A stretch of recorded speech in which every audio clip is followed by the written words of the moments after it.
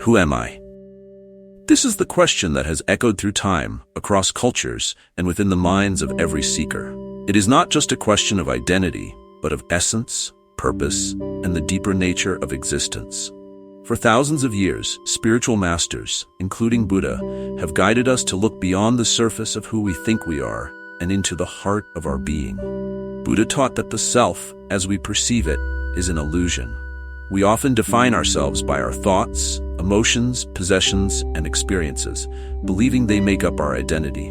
But as the Buddha explained, these are ever-changing, impermanent, and ultimately, they are not who we truly are. They are simply layers of attachment that mask the truth. So, who are we beyond all of this? The journey of self-discovery begins with recognizing that we are not our thoughts or emotions.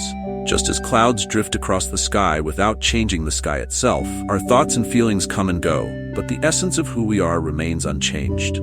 This essence is what Buddha called the emptiness of self, not a void, but a state free from false identities and attachments.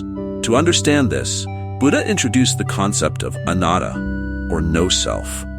According to this teaching, there is no permanent, unchanging self at the core of our being. Instead, we are a dynamic flow of experiences, interconnected with everything around us. Our suffering, Buddha said, arises from clinging to a false idea of self, thinking we are separate, isolated individuals. But once we release that attachment, we discover the interconnectedness of all life. When we ask, "Who am I?" we are really asking, "What is my true nature?" The answer lies not in labels or definitions, but in awareness.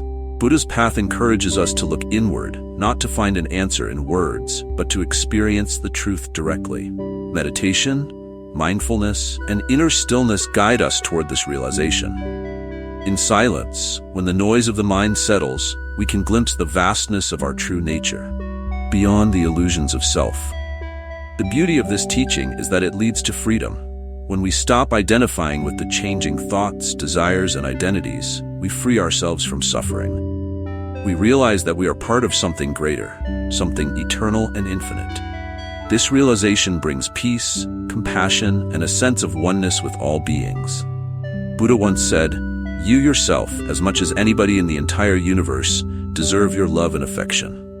This is because when you realize who you truly are, you see that the boundaries between self and others dissolve. You are not a single, separate entity.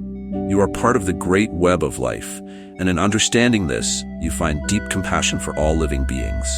So, who am I? Is not a question to be answered with logic or intellect. It's an invitation to explore your deeper nature, to shed the illusions of ego, and to awaken to the truth of interconnectedness and emptiness.